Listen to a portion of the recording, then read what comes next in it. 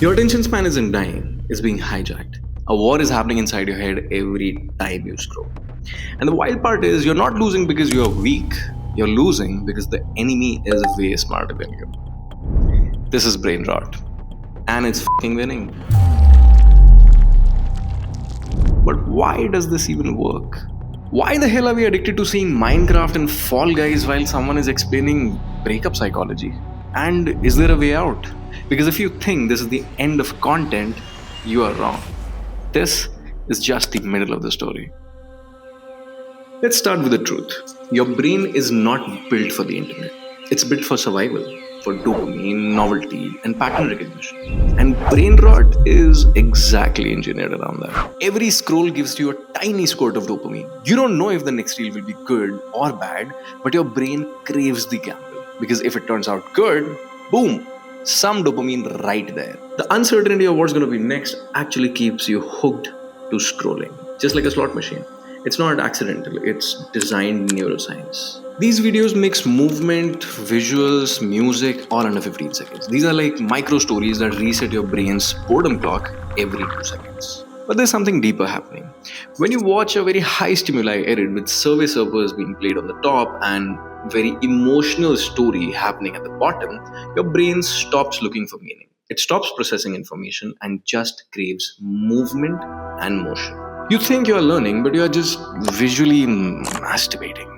You think you are engaging, but you are just escaping. And maybe that's why brain rot works really well. It's not the content that it gives you, it's the comfort. But here's the twist. You think you're in control. You think you can stop whenever you want, but has it ever happened? Because it's not that easy. Since brain rot doesn't just rewire what you consume, it rewires what you expect. And the more you scroll, the harder it becomes for you to sit through anything that feels even a tad bit slow. Movies feel long, conversations feel dull, books feel like a wall, and even your own thoughts feel like they're lagging. And here's the part nobody tells you. Brain rot doesn't kill creativity, it kills stillness. And without stillness, you can't really create, you can only react. And this is also one of the big reasons creators burn out. They're not running out of ideas, they're running out of silence to sit in, to actually think of the ideas. So, how do you fight something built to feel better than reality? Simple.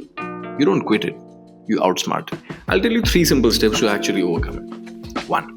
Reclaim boredom. Your brain aches for novelty, and the novelty is where creativity lies. If you're bored, just be bored. Step 2. Rewire the reward system.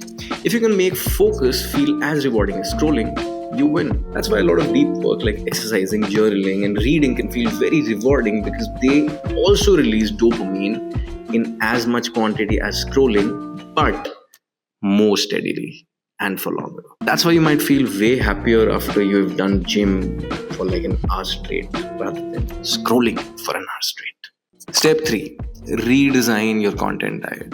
Change what you consume. You don't have to go cold turkey. You don't have to stop consuming content. You just have to change what you're consuming. Maybe go from extremely high stimuli reels to longer videos which talk about things which are a little more deep than just Minecraft and some random guy blabbering. Because brain rot is not evil. It's like a mirror. It often shows you things that your brain deeply craves for. And that's powerful knowledge if you use it. Every generation thinks that their attention is worse than the previous ones. And the same generation often create art out of this same chaos. And maybe who knows, the next creative revolution is born out of the very brain rot we are talking about right now. So maybe the future is not about fighting it, but actually evolving with it. Because here's something fascinating. Every 7 years, the ruler of content changes. 2005 was modern TV, 2010s was YouTube, 2019 is short form on literally every platform, and right now, we are at the brink of the next reset.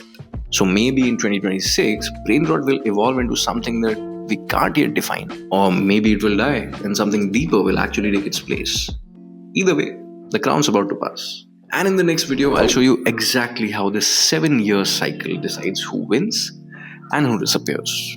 So stay tuned, like this video if you actually liked what I talked about, subscribe if you want more content like this, and especially the next video, the 7-year one. And comment, what do you think about all of this?